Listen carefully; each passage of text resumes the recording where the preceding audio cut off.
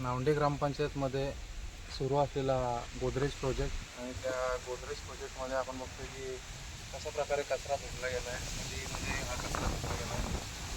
आतमध्ये कामे काय चालू असेल, सगळं काम केलेलं आहे.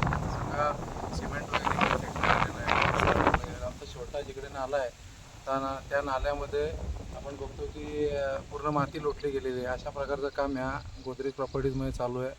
आणि आपण याचं अर्ज इथे पाटबंधारे विभागाला दिलेलं होतं आणि त्याच्यानंतर कोणतीही त्यांनी ॲक्शन याच्यावरती घेतलेली नाही आहे.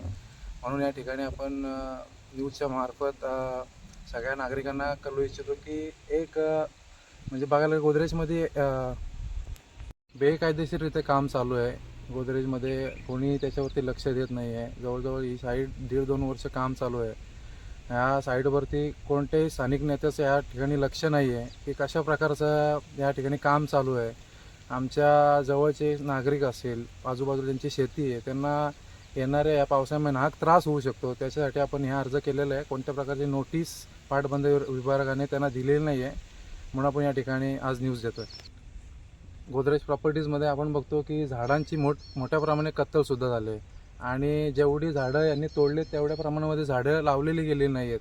आपण बघतो की मोठ्या प्रमाणे कत्तल झाले. आतमध्ये बेकायदेशीररित्या सगळं काम चालू आहे. त्याच्यावरती कोणतं प्रशासन लक्ष देत नाही आहे.